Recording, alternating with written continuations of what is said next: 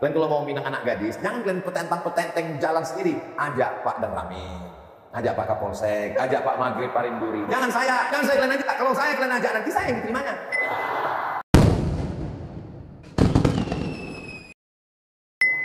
Apa tanda tobat kita diterima, Pak Ustadz? Tidak ada yang tahu siapa dapat haji mabrur.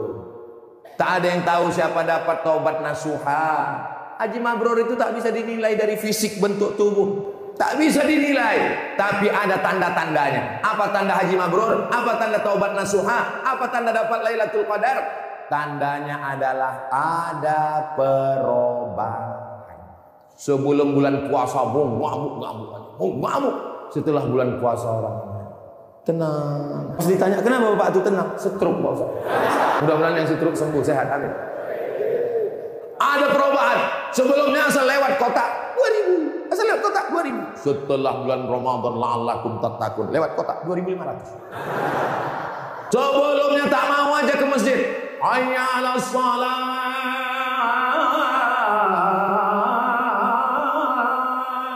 Kelepak balak 6.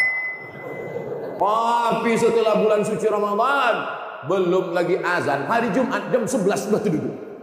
Pas ditanya, kenapa kau datang? Salah nih kau jam.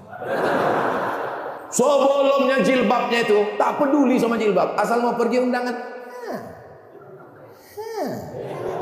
Nama jilbabnya pasrah tapi tak rela. Tapi setelah dia Ramadan, jilbabnya panjang, bajunya panjang, ada perubahan.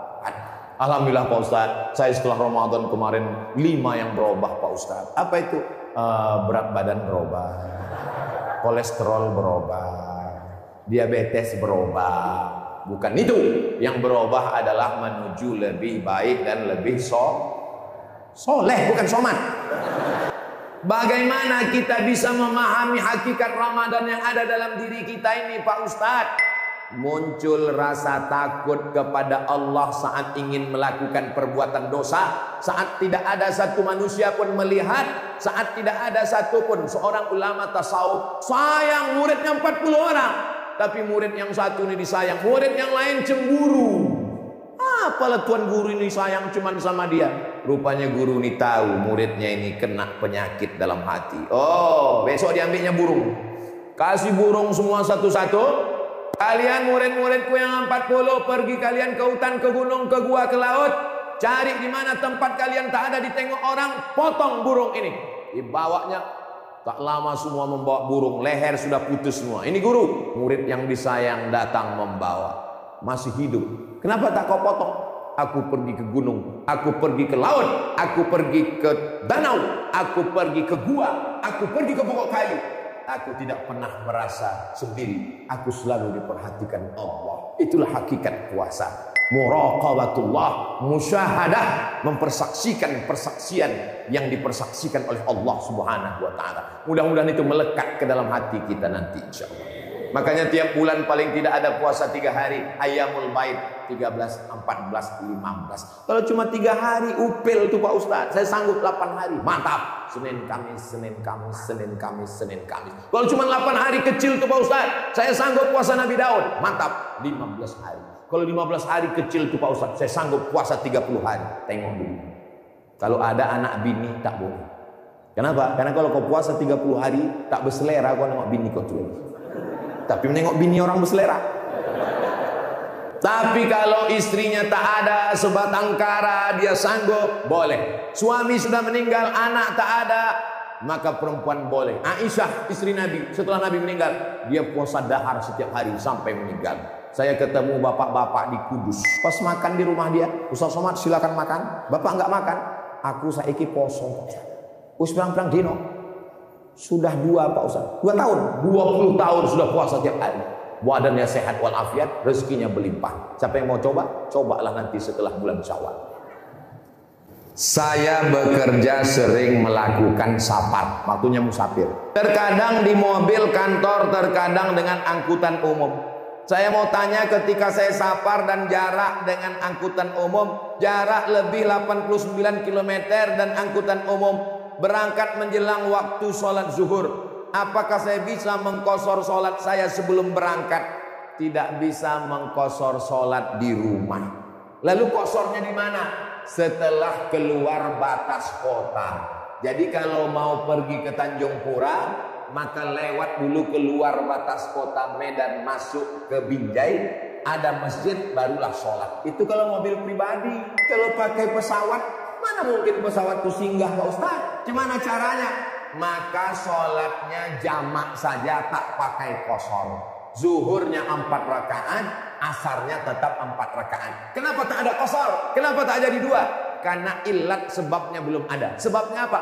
Dia belum musafir. Syarat musafir mesti setelah keluar batas kota. Jelas? Kalau tak jelas, ulang-ulang nanti ceramah saya. Bagaimana cara kita menjaga agar akhlak dan moral kita tidak rusak di zaman ini, Pak Ustadz? Lingkungan kita ada 3. Yang pertama, lingkungan tempat tinggal. Bersyukurlah masyarakat yang ada sekitar Masjid Istiqomah ini, karena lingkungannya baik-baik. Datang subuh, zuhur, asar, maghrib, isya, insya Allah terjaga akhlaknya. Amin. Yang kedua, lingkungan di tempat kerja. Bersyukurlah Bapak Ibu yang di tempat kerjanya orangnya baik-baik, mengingatkan, udah kau sholat, udah kau puasa. Jangan sampai di tempat kerja, gimana bro, dugem kita malam ini. Lingkungan tempat tinggal, lingkungan tempat kerja. Yang ketiga, lingkungan medsos. Perhatikan FB, Instagram, TikTok, Twitter, dan grup-grup WhatsApp. Kalau grup-grup itu hanya mengirim perbuatan maksiat dan dosa, mohon izin aku keluar dari grup, karena kalau aku mati kalian belum tentu mau ikut ke liang lahat. Itu kata Ustaz Abdul Somad. Grup SD, grup SMP, grup SMA, kirim-kiriman gambar. Mana gambar laki kau? Itu yang kurus kering macam triplek itu. Apa ini? Ditanya sama suami, kenapa kau WA sama dia?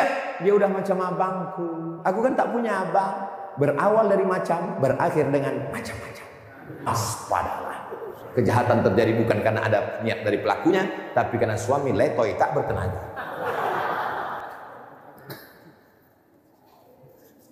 Tak habis-habis kertas nih kita tengok. Asar jam 15.05. Asar jam, pokoknya asar lah nanti. Pas Bapak Ibu sholat asar, jangan balik dulu sholat asar. Pas kalian sholat asar, itulah saya pulang. Ustaz Samad kok tak sholat? Saya sudah sholat jamak takdim. Jumat, Sabtu, Ahad, Senin, 4 hari masih bisa. Besok saya pulang ke Pekanbaru. Tapi kita tak pernah berpisah. Kenapa? Karena kita senantiasa bersama dalam doa. Assalamualaikum Ustaz. Waalaikumsalam. Izin bertanya Pak Ustaz, apa yang harus saya lakukan ketika saya mengajak seorang gadis serius? Macam paham aja kalian. Ada anak kecil ke masjid, inilah kebanggaan kita. Ada anak kecil, ada anak kecil, ada anak-anak, itu anak. Oh, oma-oma, sama oma. Ada anak kecil. Inilah yang akan melanjutkan perjuangan masjid kita ini ke depan. Kalau ada anak-anak kecil ke masjid, itu insya Allah selamat masjid kita ke depan. Tapi kalau udah tak ada lagi anak-anak di masjid, apa yang harus saya lakukan ketika saya mengajak seorang gadis menikah? Lalu dia mengatakan, setelah selesai mondok lah bang, tapi saya minta akadkan dulu. Apa yang harus saya lakukan ketika dia menolaknya? Karena dia minta, karena dia intinya perempuan ini tak siap. Begitu banyak perempuan lain, kenapa mesti sama dia juga? Sekarang di akhir zaman kata Nabi, perbandingan laki-laki sama perempuan itu 1:50. 49 lagi yang perlu kau pinang. Kenapa mesti sama dia juga? Bunga bukan setangkai, kumbang bukan seekor, patah tumbuh hilang berganti, hilang satu tumbuh seribu.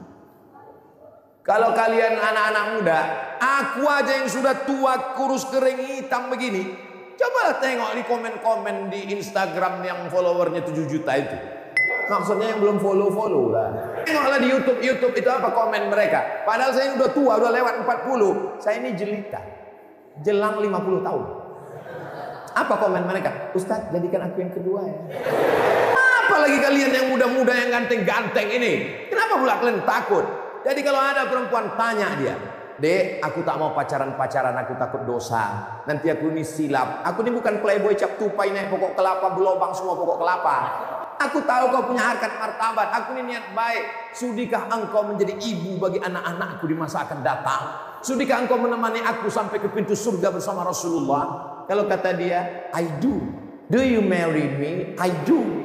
Tapi kalau kata dia, aku mau mondok dulu, mau ini. Wih, bunga bukan setangkai kumbang, bukan seekor, patah tumbuh, hilang berganti, hilang satu tumbuh 1000. Kalau kau tak sanggup, nanti jadwal saya kemari ke Medan, kita pinang sama-sama, kita cari yang lain.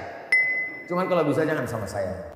Kalian kalau mau minang anak gadis, jangan kalian petentang-petenteng jalan sendiri. Ajak Pak dan Ramin, ajak Pak Kapolsek, ajak Pak Maghrib Parinduri. Jangan saya kalian ajak. Kalau saya kalian ajak, nanti saya yang diterimanya.